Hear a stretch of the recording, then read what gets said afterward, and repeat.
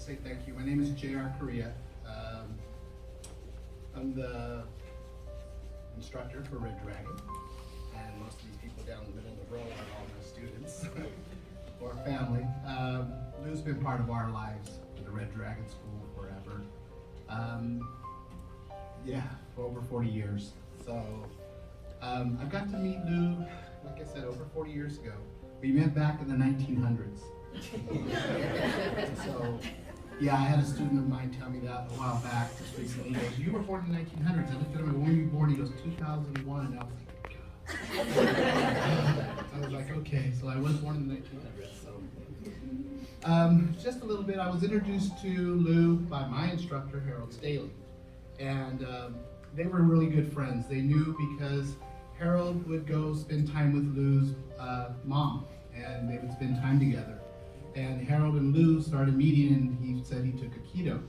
Well, when Lou was teaching us, or Harold was teaching us, he brought Lou over, and we started learning Aikido back then. It was kind of interesting because I got an opportunity to go with them after class to Denny's, and that was the big thing. If you got invited to go to Denny's or donuts after class. So we would go out to Denny's, and instead of it just being, donuts and coffee, it ended up being a private practice session. They would move the tables, and everybody would be there watching. It was kind of like, oh, let me show you this, let me show you that, and we were sitting there going, I guess we're the ones getting it. But it was kind of interesting, because sometimes the waitresses would come by, and they'd say, honey, let me show you this technique. And it was interesting, because they got to know us after a while, because they knew we were coming on Tuesday and Thursday. And they would bring the bill, and instead of giving the bill to one of us, because they would just throw it on the table and back off, because they would be scared because one of them's going to grab their hand. And they were like, okay, here's the bill, you guys deal with it. So it was kind of interesting. It was like watching somebody stick their hand in the lion's den. You don't want to do that because you don't know what's going to happen. So yeah, the bill would land on the table, and then everybody would just look at each other like, who's going to reach first, because it's going to be your hand. So it got to a point now where I started learning, okay, go pay before the bill got there. So we kind of learned that. Also, they became my adopted dads. They really did. Harold and Lou, they were my fathers. Anytime I had a problem, they were always there. They basically made the person that you see in front of you. The things that I teach because they taught me. I told Harold when he passed away, and I said, you will always live forever because your techniques are what you taught us, and I teach my students. They will teach in turn their students. Whether they have schools or not, one day they will teach a lesson. They might be talking to their son one day and go, hey, here's a story that I learned from the Aikido master. He told me this one story, and he lives on.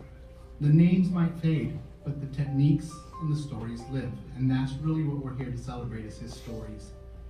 There's so many. I mean, I could sit up here for a very long time and talk about just the stories that I've gotten to, the opportunities to have with him. One of them, of those stories, I remember it was one time I went to a tournament, and I had a friend who was a black belt at the tournament, and he was so happy to introduce me to this Aikido instructor that he met. And he goes, hey, there's this guy, he teaches Aikido, he's a great guy, I'm gonna bring him by. So he brought him over, and I'm like, okay, I'm gonna meet this person, and it's Lou. And he goes, this is Sensei Souza. And I go, hello, Sensei Souza. He goes, I'm Sensei Correa. And he goes, nice to meet you, Sensei. I said, thank you. Nice to meet you too. I go, maybe one day we can talk. So he was so happy. So we didn't want to really, say that we knew each other.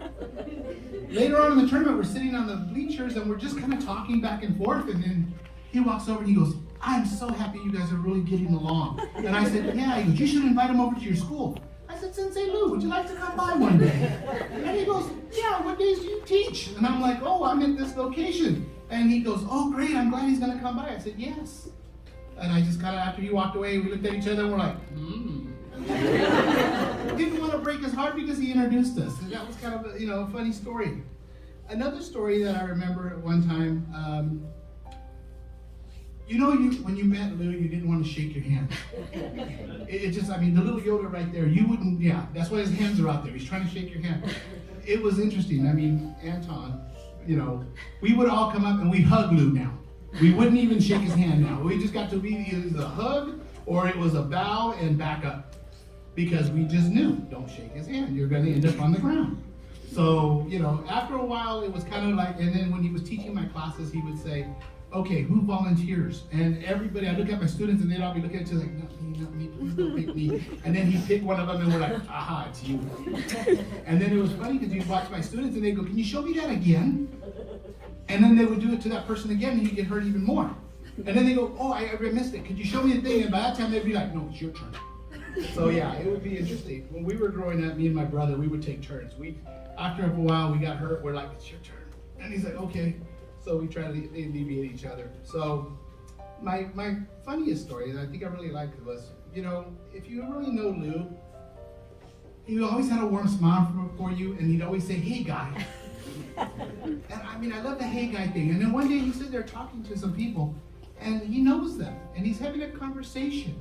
He comes over to me and he goes, JR, I go, what? He goes, who's that? And I go, what do you mean? He goes, I know it's one of your students. I've taught him before. He goes, what's their name? I said, it's Guy. And he looked at me and he goes, what? And I go, it's Guy.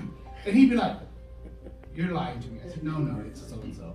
But I liked it because everybody was Guy. So for the last time that we had it, I think it was his birthday, it was his 85th birthday.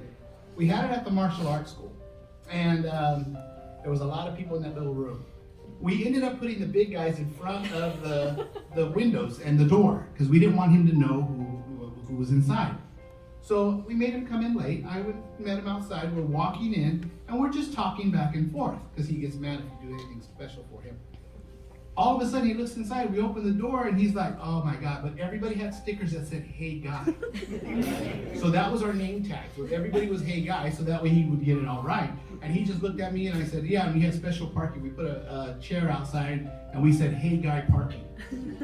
So it was kind of interesting because Craig was the one that said, let's do stickers. So we did stickers and yeah. And it was interesting because he saw Leslie and Leslie wasn't dressed. She was dressed differently. And he's sitting there talking to her and he goes, who's that lady I'm talking to? She knows me and she knows Faye. I go, it's Leslie, your accountant. You've known her for years. He goes, oh. I was like, oh my God. Yeah, she had a hat on. I think that's what threw her off. She had a hat. That was it. But it was interesting because, yeah, he would see you. He still remembered you. He treated you with warmth. He talked to you like he knew you. And then all of a sudden, he would just be like, who is that person? And I'm like, you just spent an hour talking to them. And he's like, I go, it's just hey guy. So I think, you know what? We're all hey guys. So, that's the good thing. It's one thing to be his hey guy.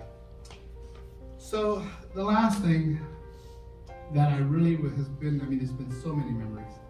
The fondest memory that I had was me and Faye. We went to run an errand.